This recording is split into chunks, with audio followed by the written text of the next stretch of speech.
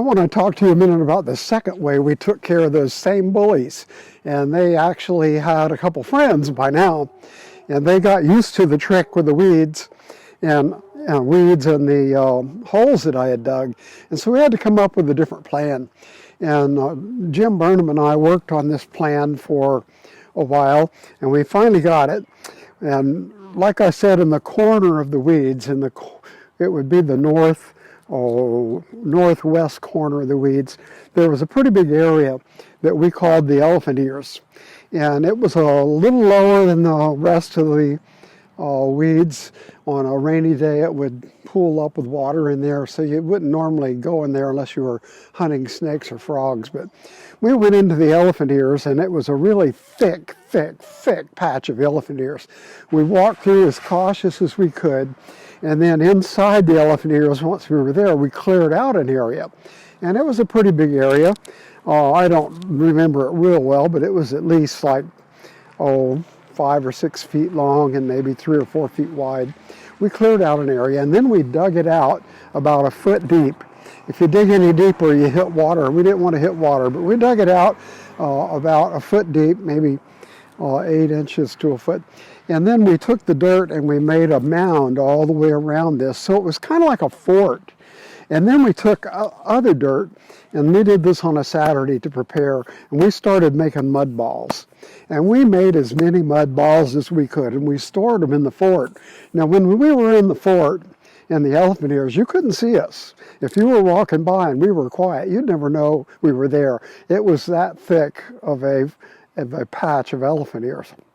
And so we started making mud balls, and we made mud balls, and we put them all around the fort. And they were, as big as you could make with cupped hands, as big as a second grader could make.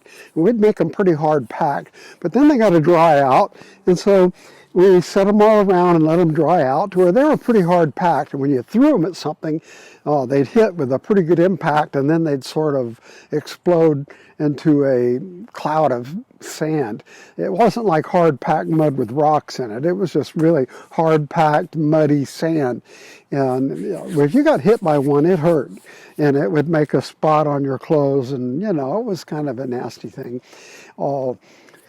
We got in mud ball fights sometimes, but that's another story. Anyway, we were all prepared. We had about 200 mud balls. And we made a little pathway into the elephant ears. It wasn't well marked.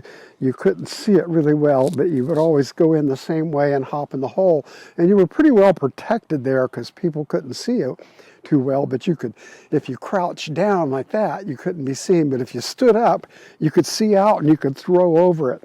So you could pop up and throw and then duck back down and move to the side, and people couldn't tell where you were.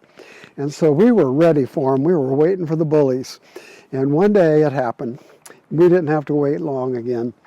And sure enough, we kind of lingered around school a little bit, and pretty soon those bullies started chasing us, and we kind of took off running, but we didn't run fast enough to leave them in the dust.